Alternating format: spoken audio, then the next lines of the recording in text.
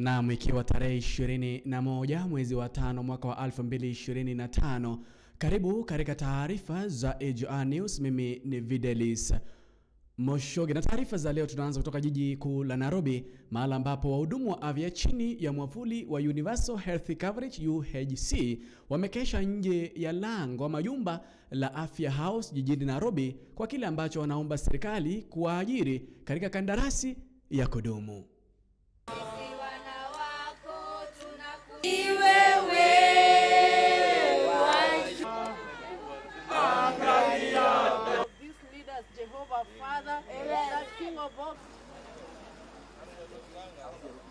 That we are healthcare workers and we are very peaceful, and all we want is permanent and pensionable, and we want gratuity for us and for those who have died, the 45 of them.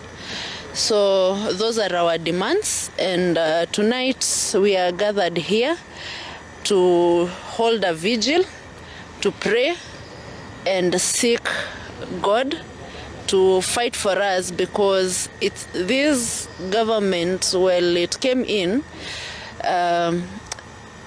they came to us as Christians and as people who believe in God, and we have tried dialogue, it's not working, so now we are seeking God to fight for us. COG and Minister of Health had an agreement some 2 weeks ago that the ministry is going to devolve our payroll from the Minister of Health to the county. We have no problem with that. We are ready to go there with only one demand: after our terms have been changed from contract to permanent and pensionable. Tukiachana taarifa hiyo, mkuu wa mawaziri Musalia Mudavadi amejitokeza na kuwakashifu viongozi ambao wanaongea matamshi ya uchochezi, huku akiwaomba kwamba wachukuliwe hatua na asasi za kiusalama. Once a repeat of 2007 and 2008 elections, post-election violence. It is not something that we should try and threaten people with. We should not even contemplate going there.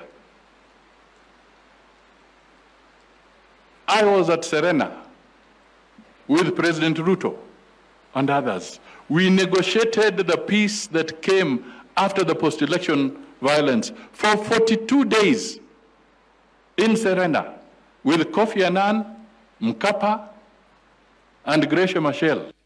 Mtu akianza kuongelea mambo ya 2007 post-election violence yenye tuliona hii Kenya, please, Mheshimiwa Musalia, usiwe muoga. Mheshimiwa William Ruto, usiwe muoga. Any leader mwenye anaongelea vitu ya 2007 post-election violence, watu walikufa, huyo mtu shika saa 11 asubuhi. Na mbunge wa Kiharu Ndindi Nyoro amejitokeza na kuonesha wasiwasi wake kwamba huenda serikali inatumia vibaya pesa za NSSF ama pesa za malipo ya uzeeni, huku wasimamizi katika NSSF wakijitokeza wakisema kwamba kuna manufaa ama kuna ongezeko la pesa hizo mwaka huu na mwaka ujao. Forcing NSSF to do public-private partnerships, pesa ya wafanyikazi wa Kenya itumiwe kujenga barabara, ati watakuwa wanalipisha toll. I request humbly, tusiweke maneno ya utumizi wa pesa na mambo hayabatani na chata ya NSSF to force NSSF to do that which is not legal for them to do. If an investment opportunity is optimal, we would be seeing private sector investing in those opportunities. It's amounting to 988,270,330 as disclosed in Note 10 of the financial statements, which includes 254,660,290, which broken down to 177,716,197 that was used to procure works, goods and other payments that were not related to the acquisition of assets.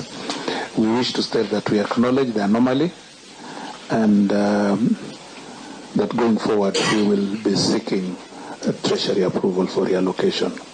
I think this is an admission on our end that this was an oversight, and this was necessitated by the challenges of budget. Taarifa za biashara Ruth Nyanchama ameziandaa, atakupasha. Mimi ni Videlis Moshoge. Ujambo mpendwa na karibu katika habari za biashara. Tukianza ni kwamba serikali imeachilia bilioni 12 kwa shule za umma ili kusaidia kuboresha masomo hapa nchini Kenya na vile vile kurahisisha uendeshaji wa shule katika muhula wa pili. Na kwa upande mwingine ni kwamba kampuni ya kusambaza umeme hapa nchini Kenya imeidhinishwa kununua transformer za bilioni 1.2. Ini baada ya kufikia makubaliano na msambazaji. Lengo likiwa kupunguza upungufu wa transformer hapa nchini Kenya, uunganisho wa umeme ukionekana kuongezeka. Na katika habari nyingine ni kwamba hazina ya umma nchini imejipanga kuwasilisha bajeti yake ya 3 ya ziada kwa mwaka wa 2024-2025 ikiwa ni si jambo la kawaida, huku ikifuatia kukosa malengo ya mapato na kuongezeka kwa matumizi, jambo ambalo limefanya nchi kukopa zaidi ili kujaza pengo katika bajeti. Nikomee hapo kwa sasa. Jina langu ni Ruth Nyanchama.